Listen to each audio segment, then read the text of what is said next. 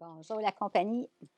Alors, ça me fait plaisir de venir encore aujourd'hui vous parler de la dépendance affective. C'est sûr que c'est pas quelque chose peut-être de toute aisance à saisir parce que il y a des commentaires qui m'ont été amenés sur des points qui sont vraiment valables où la personne me disait de désaccords, d'observations qu'elle avait avec le partenaire de son couple et où il y avait une sorte de mésentente en elle par rapport à qu'est-ce qui doit être et qu'est-ce qui ne doit pas être. Alors, le point était sur le fait que, un des 2 conjoints dans la situation avait compris une certaine vision de la vie et en qualifiait aussi tout de l'importance. Par exemple, au niveau, du respect de la personne avec son être. Et l'autre, dans le couple, voyait pas la vision de la même façon, avait probablement pas la même expérience, pas le même intérêt, peu importe, mais ils s'entendaient pas sur, le même fondement.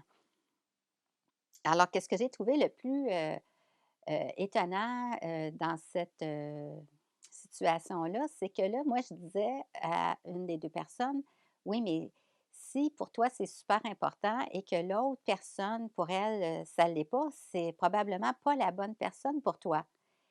Et j'ai dit: «Il y a rien comme, d'essayer et de lui partager ce point de vue-là, en pensant que si c'est bien expliqué, bien compris et que l'autre personne le réalise, il va y avoir un façonnement dans ce couple-là, où ce couple-là va, se façonner et s'intégrer en un couple. Il n'y a pas 2 couples qui sont pareils, on n'a pas les mêmes points, d'intérêt, les mêmes points en commun, peu importe.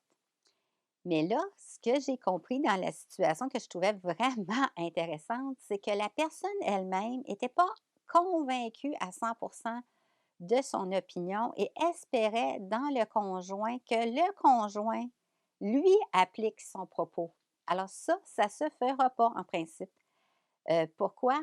Parce que, si tu n'es pas convaincu ou tu as pas allé, en dedans de toi chercher l'importance, tu pas été en dedans de toi chercher l'importance, de cette opinion-là, tu verras pas que l'autre va pas nécessairement l'appliquer. Puis si tu vois, mettons, une facette qu'elle l'applique, toutes les autres parties où elle l'applique pas, c'est que là, tu deviens soumis au contrôle que t'imposais de ne pas toi-même y croire. Alors ça crée éventuellement une dépendance affective dans le fait de continuer à choisir de croire en cette, vision de couple qui n'est pas un couple, qui est 2 colocs qui essaient d'avoir un sur l'autre un contrôle.